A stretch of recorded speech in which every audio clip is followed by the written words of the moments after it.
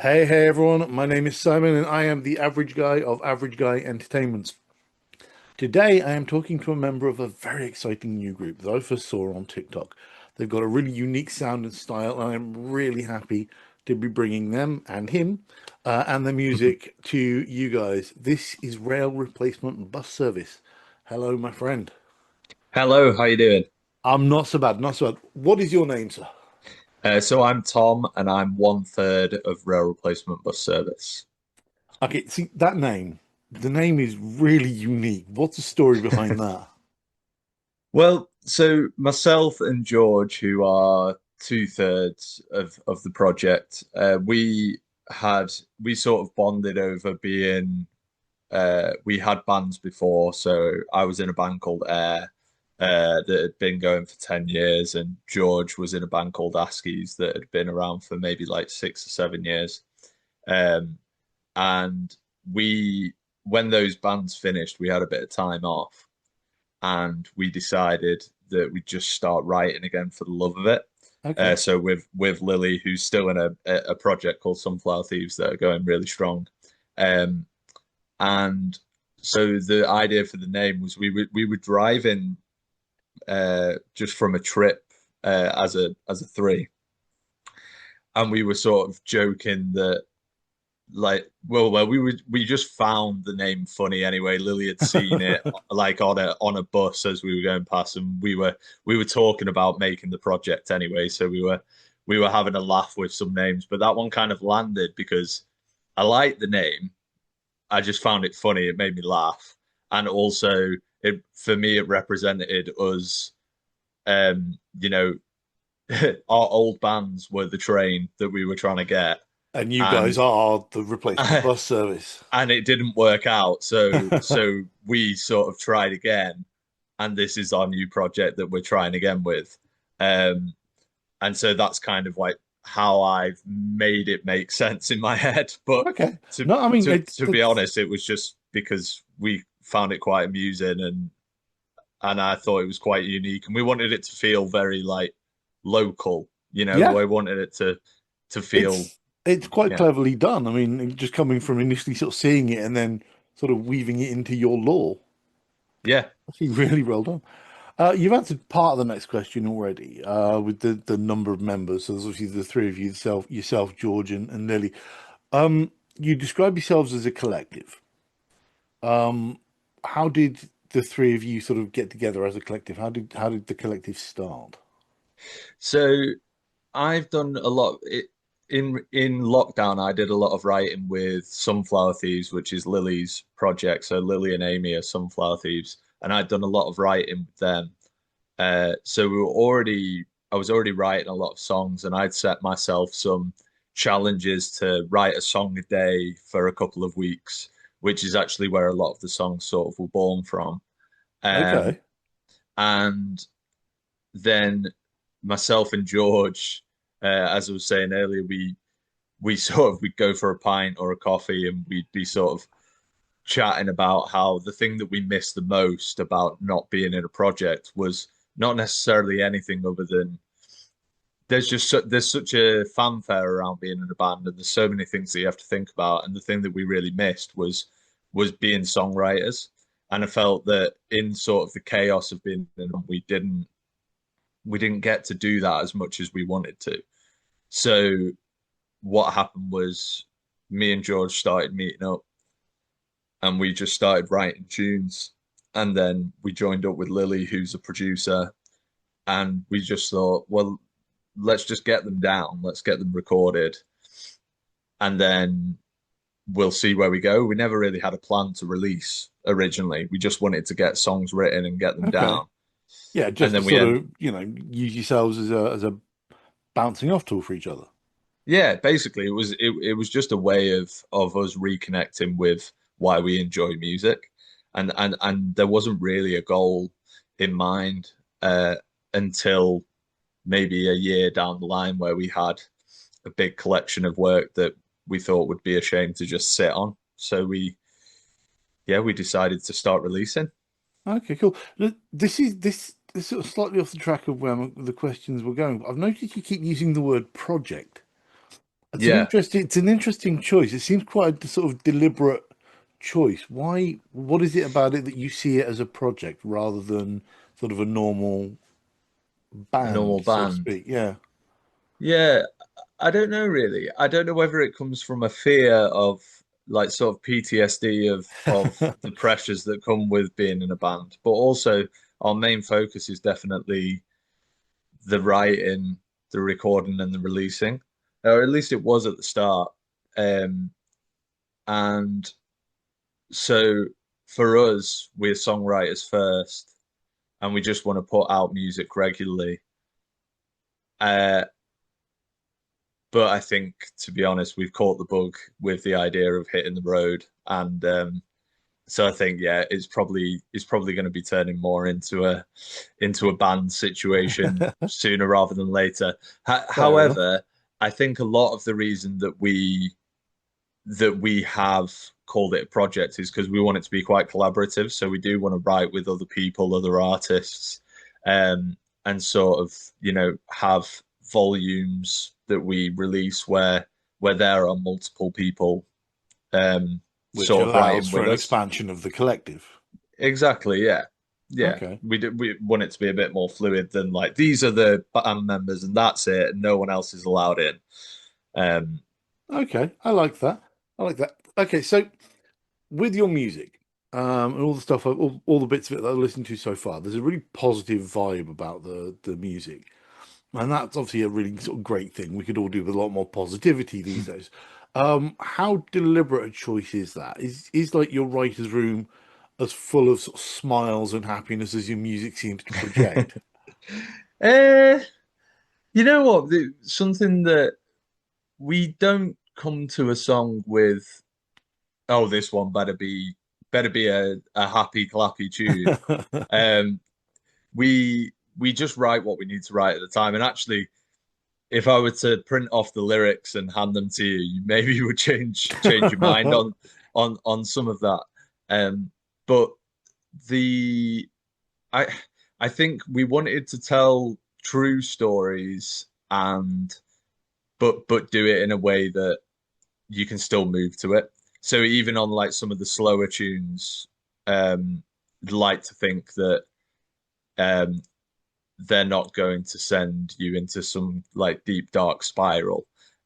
Even with like the songs that were a bit more, I don't know, to the point and blunt with maybe how we were feeling, if it was like a bit of a lower emotion, we still end most of the songs with like a feeling of hope. Um, Okay. so yeah, Okay, I like that. I like that. So with the music, do you yeah. have like a set process? I mean, is it do you try and do the music first and then the lyrics, or is the writing, because obviously the group's quite eclectic in your overall styles and your history. Is the Yeah. writing as eclectic as the group, or do you go into it with a set plan in mind? So it's varied depending on sort of the chapter of the band. So when it started and it was mainly um sort of like myself, like for the first few songs, like before it became myself and George and Lily, and some of the other people that helped us write. I was I was listening to a lot of like classic songs, really. So I was brought up on myself and well, all of us really brought up on artists um, like Jackson Brown and James Taylor, Joni, Yeah. um, and really just a sucker for the people that just tell a story and maybe do it in quite a simple way. And so even though we absolutely, it's very different from the bands that we were in.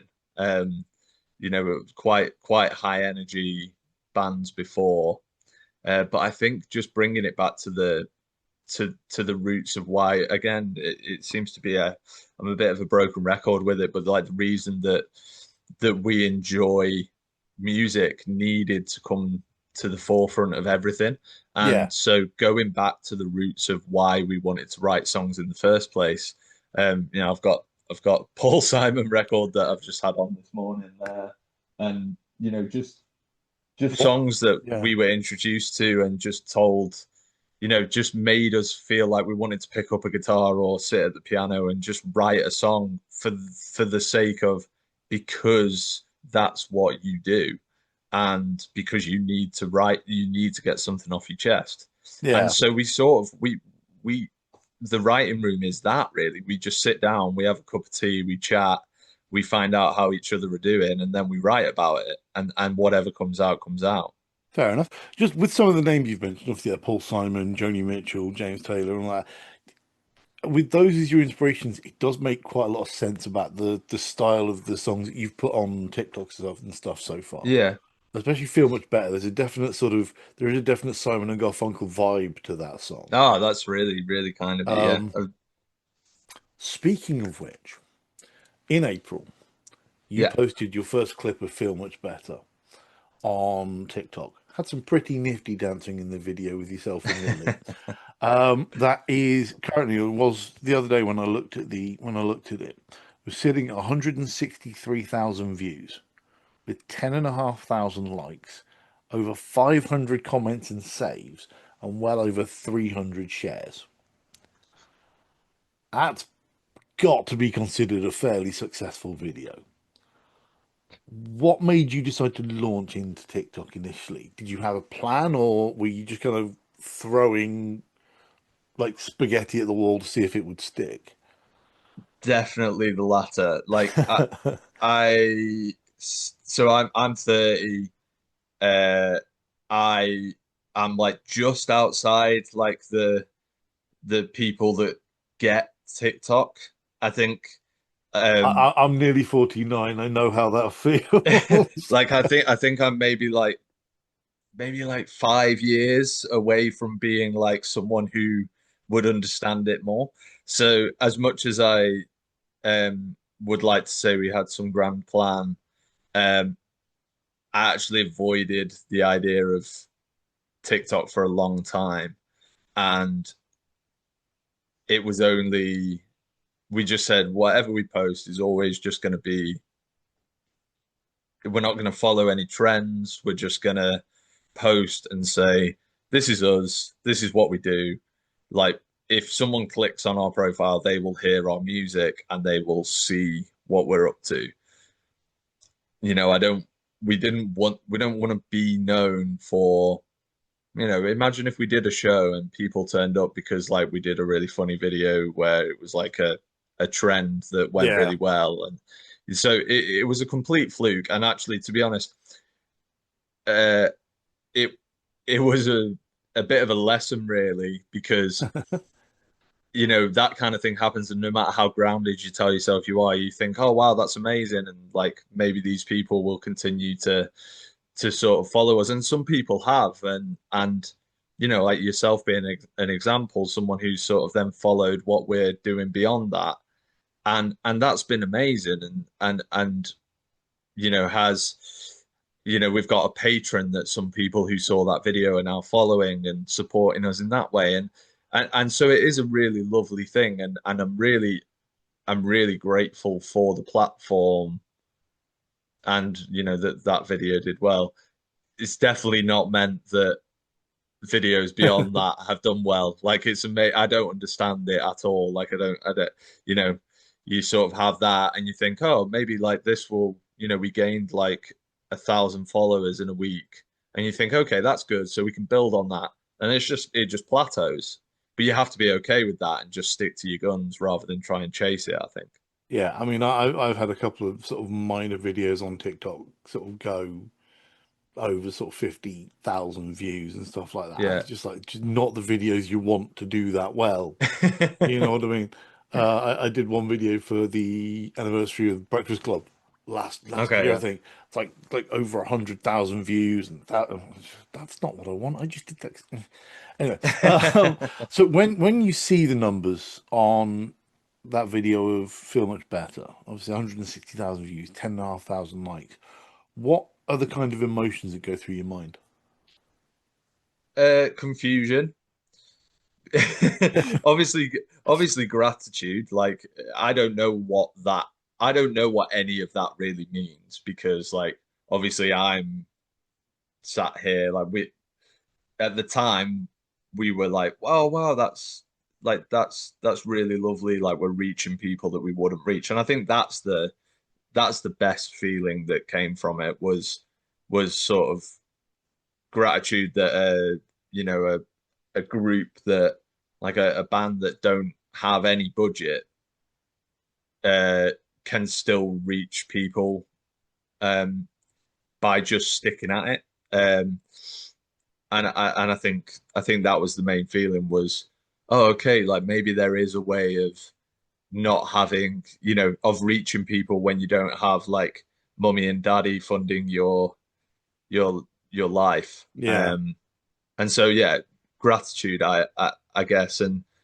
especially grateful to the people that went the extra step and continue to follow us and support us, and because it can actually be quite a lonely place once you've done like you think you get your hopes up yeah, and you think, oh, okay, maybe this is like the standard now of like interaction, because obviously you want people to connect with you. yeah. Um, I mean, you get the video that's up here, and you're like, yes, go keep it, and then you. yeah, and it's not, I don't post a video now and think that one that has less views or interaction is less valuable, because still just staying true to what we want to be posting. But it is definitely like I've got a massive respect and like gratitude to the people that did stick around further beyond just going, oh, that's nice, and then moving on,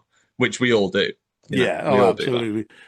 It's a very sort of it's a very short attention span for TikTok most of the time, I think.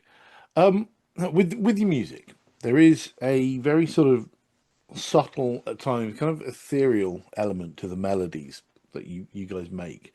Does that come from sort of any specific influences, or was it just something that came sort of naturally when the three of you combined all the sort of music and the skills that you brought together? Well, I think knowing that having Lily in the project, like she's got an amazing uh like tone to her voice, and like seems to, I don't think I've really met someone with a vocal that is like very unique, but also manages to blend so well with whoever she's singing with. That is And I that is think, that is impressive. That is a skill. yeah, because I feel like normally if someone's got a really unique voice, it can be quite hard to sort of have them like sing in unison or octaves with someone else, because like theirs is such a like, with a unique voice comes some quirks with it. Yeah, absolutely. And I don't know how she manages it, but she just seems to, you know, sing like the octave or whatever part it is that she's singing, and alongside either me or George, and it just sort of like brings it all together. She's like, it's like the glue. And I think that combination of like mine and George's vocals alongside hers, like she brings that sort of ethereal Yeah. So sort of she's side she's to the she's the music. thread that weaves it all together, kind of thing. I would say so, yeah. Have you checked I that would. she's not actually a member of the Fae? I'll Ah. have to do some search.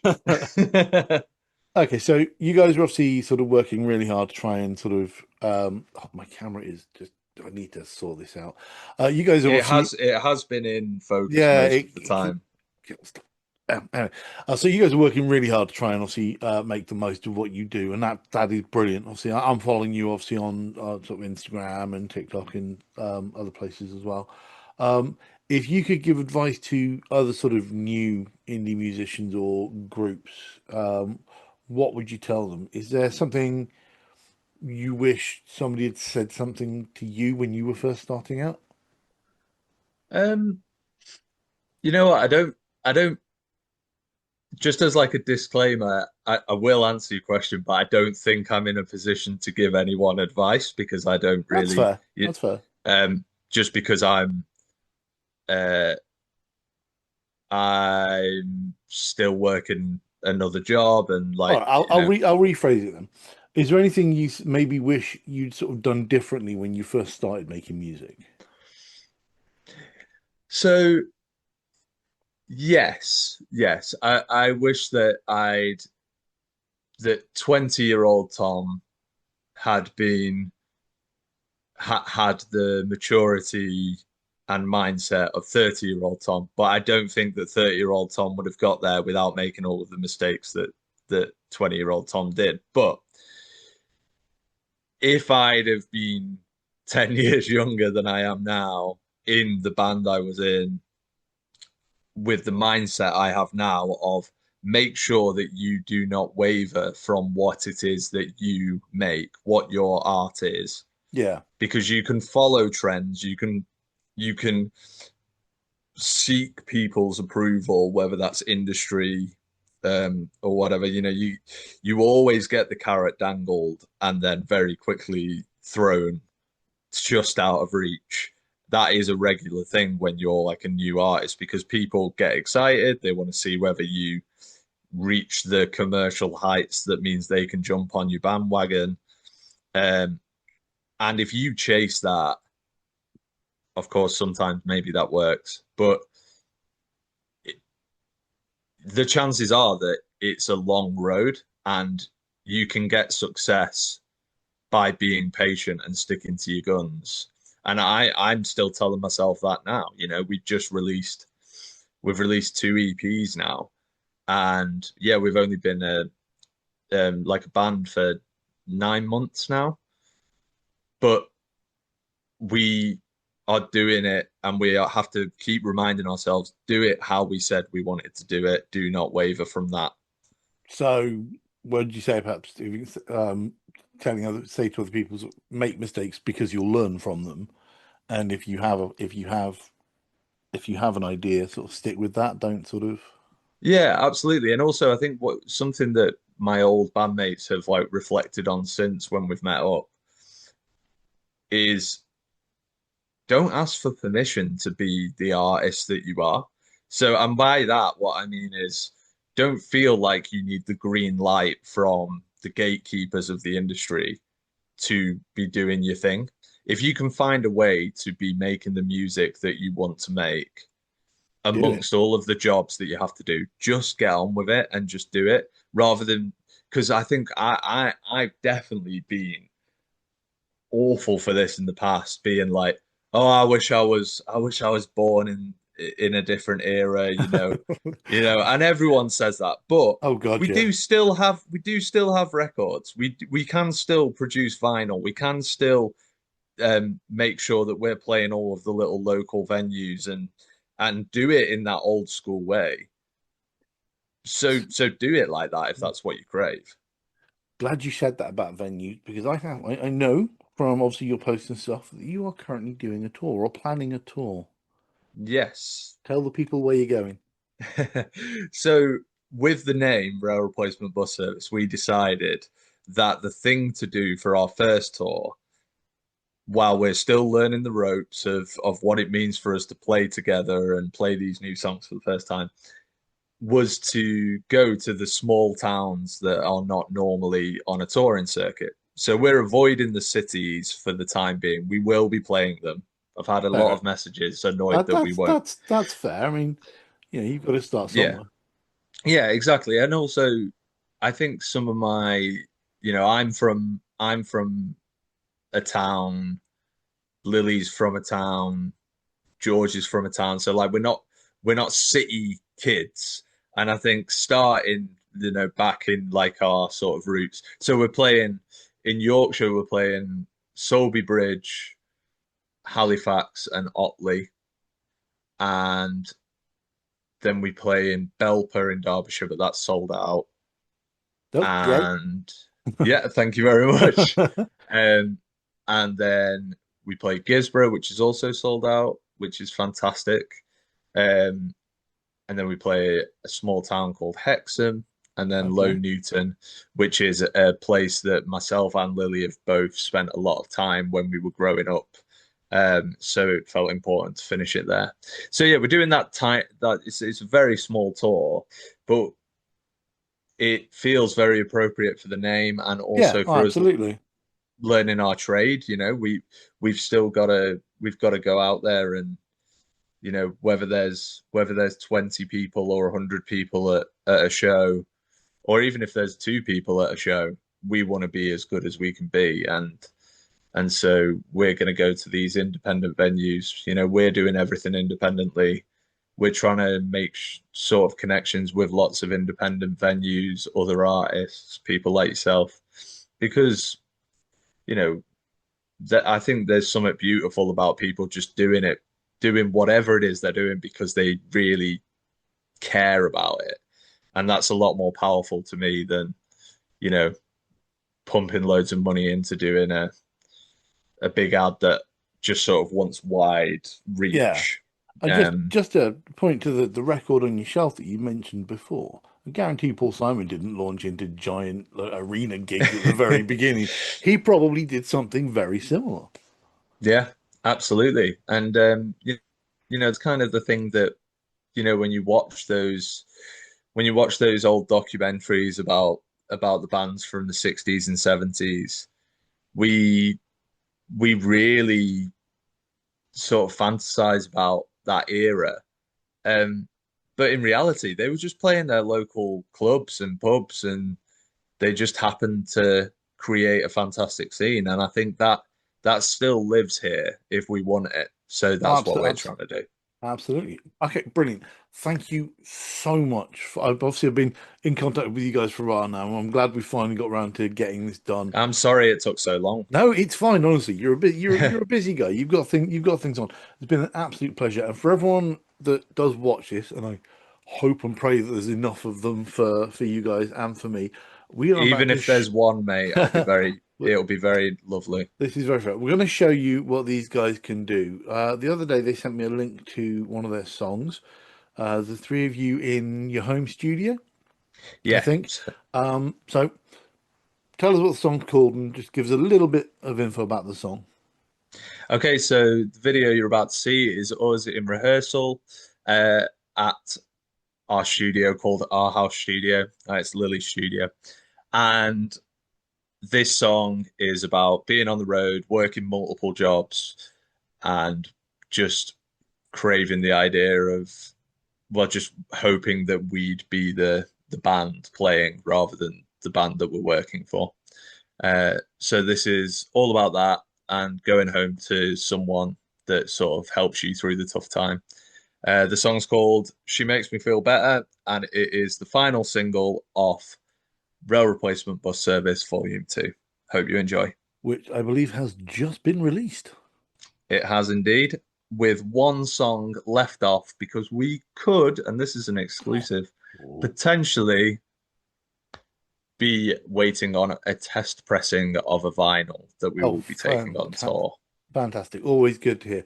Okay, so Tom, thank you very much. Please tell Lily and George hi from us and hi from everybody that's going to watch this. And to anybody that does watch this, thanks for watching. Enjoy the song. One, two, three, four.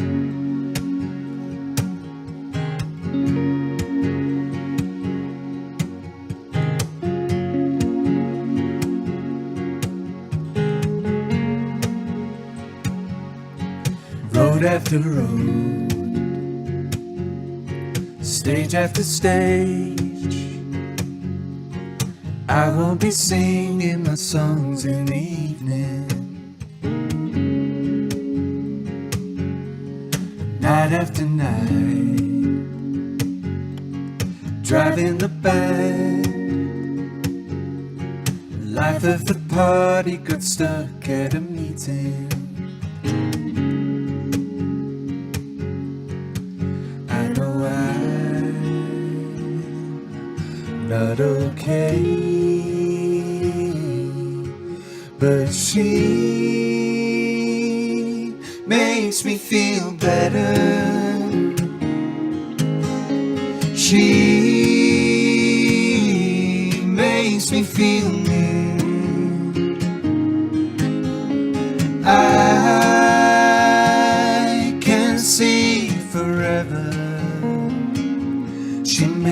feel better.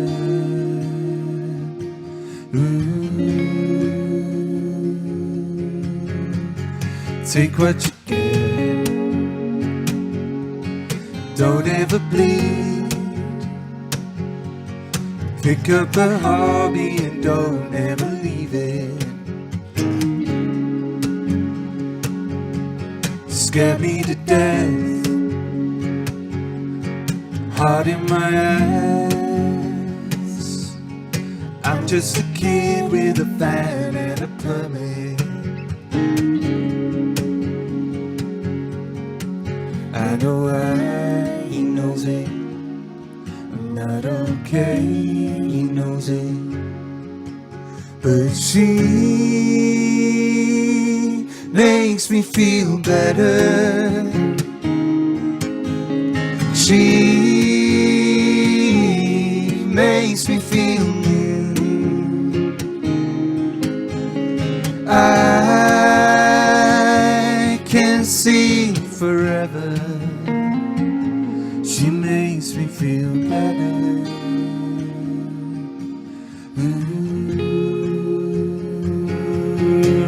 Let's go.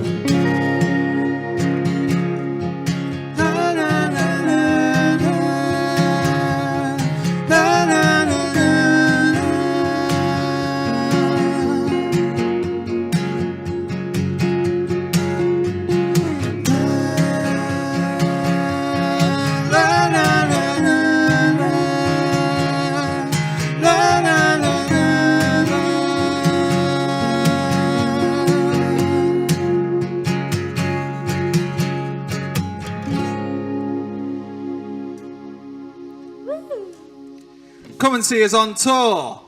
Or don't.